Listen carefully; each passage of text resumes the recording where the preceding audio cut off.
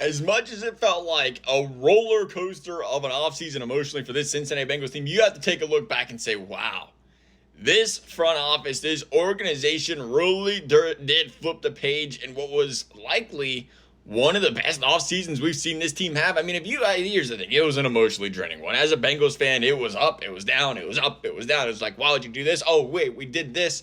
It was crazy.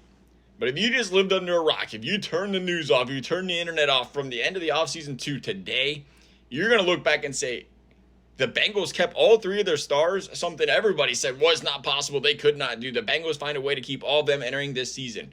Joe Burrow hit more than anybody last season. Absolutely atrocious offensive line.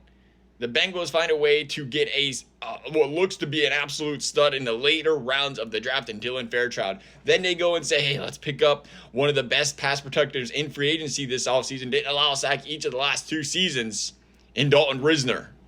Big improvements. Now Joe Burrow's going to play with the best offensive line he has likely had in his career. You flip to the defensive side of the football, historically bad. You're just not going to go from historically bad to good overnight. We know that. As ugly as the preseason is, we knew it was going to be ugly to start. Meanwhile, though, if you look at what they did, again, you draft Demetrius Knight. You feel like you picked up some quality depth in Orton Burks. You feel like you got TJ Slayton to improve the defensive line, help slow down a run game. You draft a guy like Shamar Stewart, who is looking, again, part of the roller coaster, but who is looking very solid now for this team. And you pair him up with Trey Hendricks, and you consider what you can get out of some of these young guys. And then to top it all off, you go and sign Al Golden, who has been a nasty defensive coordinator over there in Notre Dame, and you have to believe this guy can bring a coaching scheme, bring his abilities to Cincinnati, and in some way, shape, or form, take these young guys and improve this defense. It's early.